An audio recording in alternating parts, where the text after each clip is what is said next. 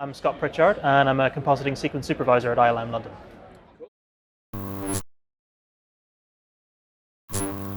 Well, ILM was started in 1975 by George Lucas to handle the effects for what now is known as New Hope, and it's been around for over 40 years now. Originally it was actually in LA, just outside of LA, but then for Empire Strikes Back, it moved up to San Francisco, and they're now in a really massive facility just south of the Golden Gate Bridge.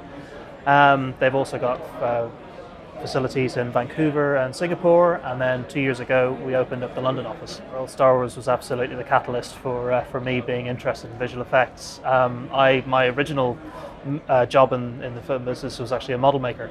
I just loved the models and the model work on Empire Strikes Back and Return of the Jedi, and then I realized that you can actually do this for a living. That's insane, So I kind of went to art college, and then through that I ended up on a film called Space Truckers, which actually had a guy called Brian Johnson, who was one of the effects supervisors on Empire Strikes Back.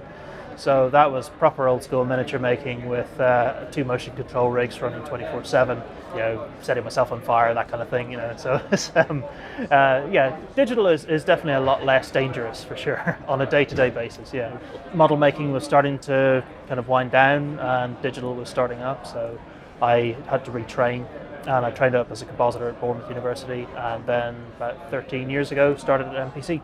The most rewarding thing for working on Star Wars is just to work with a bunch of similarly minded kind of guys who just loved the franchise, loved working with it. You could really tell the passion for the work and for the series, and it just went in. You could see it every day. People talking really excitedly about a new shot, or how this could, how we could maybe reference some of the original trilogies in a particular shot. I think that was actually a real joy for me.